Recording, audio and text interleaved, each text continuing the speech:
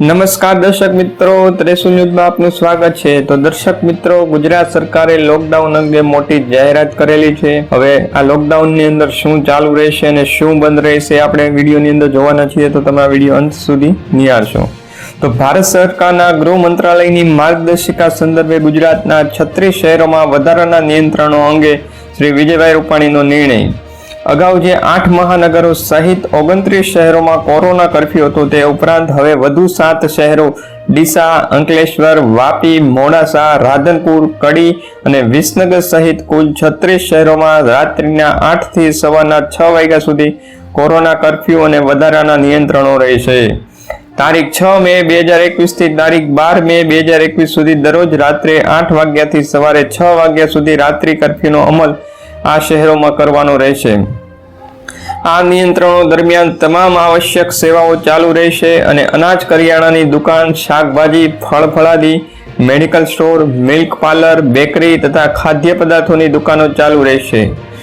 36 શહેરોમાં તમામ ઉદ્યોગો, ઉત્પાદન એકમો, કારખાના અને બાંધકામ પ્રવૃત્તિઓ યથાવત ચાલુ રહેશે। ખાનગી ઓફિસોમાં 50% સ્ટાફની હાજરી ફરજિયાત અને માસ્ક અને સોશિયલ ડિસ્ટન્સિંગના નિયમોના પાલનના ચેકિંગ માટે જીએસટી વિભાગ કચેરીઓનું ઓચિંતું ચેકિંગ કરાશે। નિયમોના ભંગ કરનારી ખાનગી ઓફિસો સામે કડક કાયદેસરની કાર્યવાહી કરવા મુખ્યમંત્રીશ્રીની સ્પષ્ટ સૂચના। આ ઉપરાંત દર્શક મિત્રો, આ સમયગાળા દરમિયાન સમગ્ર રાજ્યમાં શૈક્ષણિક સંસ્થા અને કોચિંગ સેન્ટરો, ઓનલાઈન શિક્ષણ સિવાયની સિનેમા થિયેટરો, auditorium, assembly hall, water park, જાહેર બાગ બગીચા, મનોરંજન સ્થળો, salon, spa, beauty parlour, gym, swimming pool ઉપરાંત તમામ પ્રકારના મોલ્સ તથા કોમર્શિયલ કોમ્પ્લેક્સ બંધ રહેશે।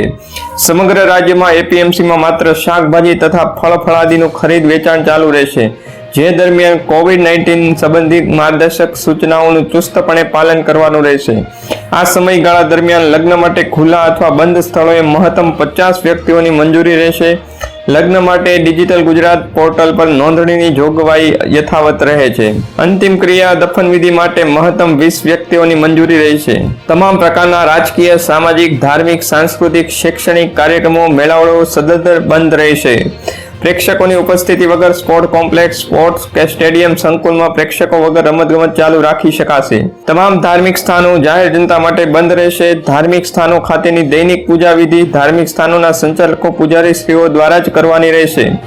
પબ્લિક બસ ટ્રાન્સપોર્ટ મહત્તમ 50% પેસેન્જર કેપેસિટીમાં ચાલુ રહેશે।